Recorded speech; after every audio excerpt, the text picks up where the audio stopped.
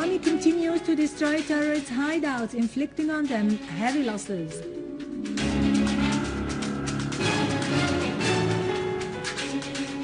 Iran warns against the danger of foreign intervention in the internal affairs of regional states.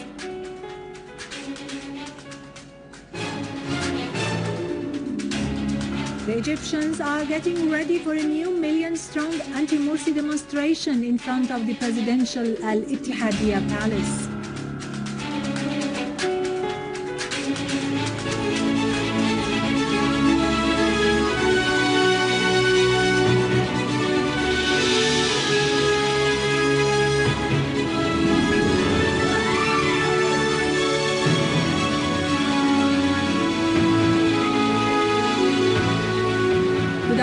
This is Ziyara Krikorian with the news in English.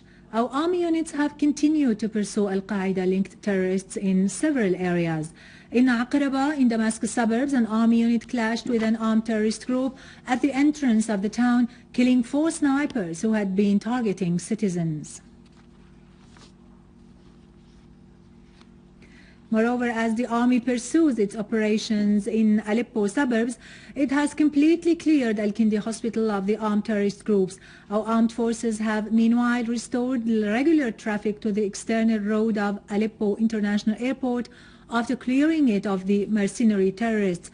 Moreover, a popular march in al-Maadi neighborhood in Aleppo has called for expelling the armed terrorist groups from the area. In Deir ez-Zor, army units clashed with terrorists in Al-Jubayleh, Al-Urfi and Sheikh Yassin neighborhoods, killing a large number of them.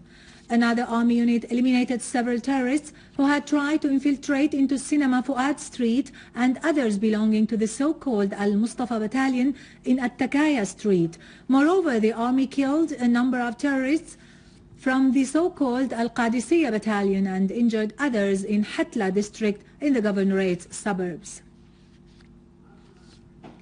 In Al-Hasaka suburbs, an armed terrorist group in Syrian army uniform attacked Nestle station for electricity energy distribution and stole its equipment. Work is underway to get the station back into service.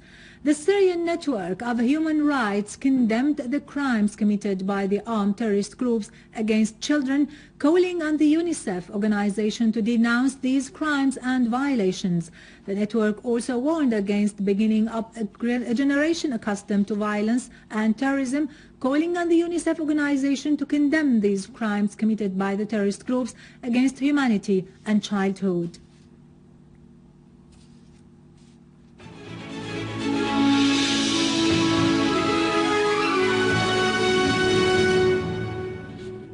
Russia's permanent representative to the UN, Vitaly Churkin, has referred to the presence of data indicating that the anti-aircraft missile systems smuggled from Libya are used by armed groups in Syria.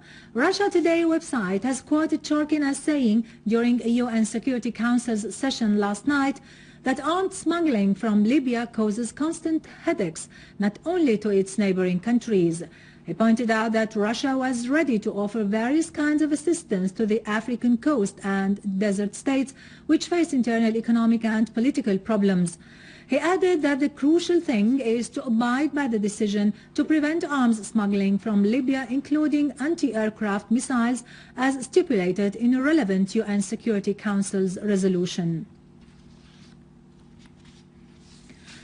Iran warned against the danger of foreign intervention in the internal affairs of regional countries, asserting that such intervention would harm the national and regional interests of all countries.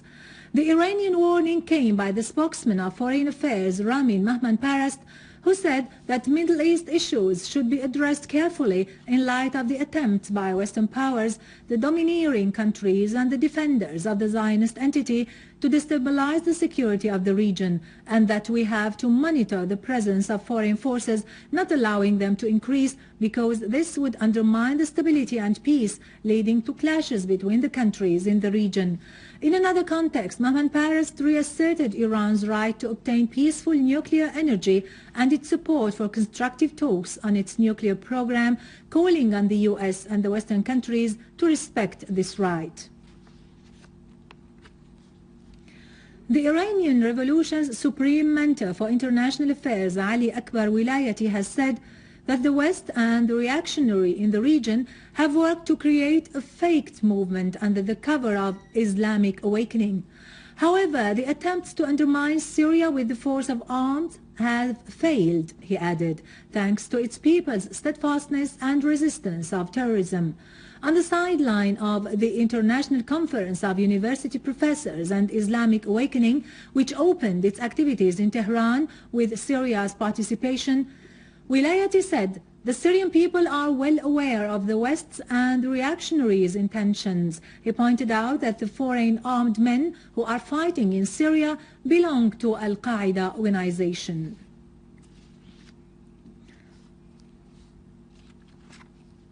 Minister of Information Omran al-Zabi said that the victories which some media claim to be achieved by the armed terrorist groups in Syria are only fake media victories and they do not exist on the ground.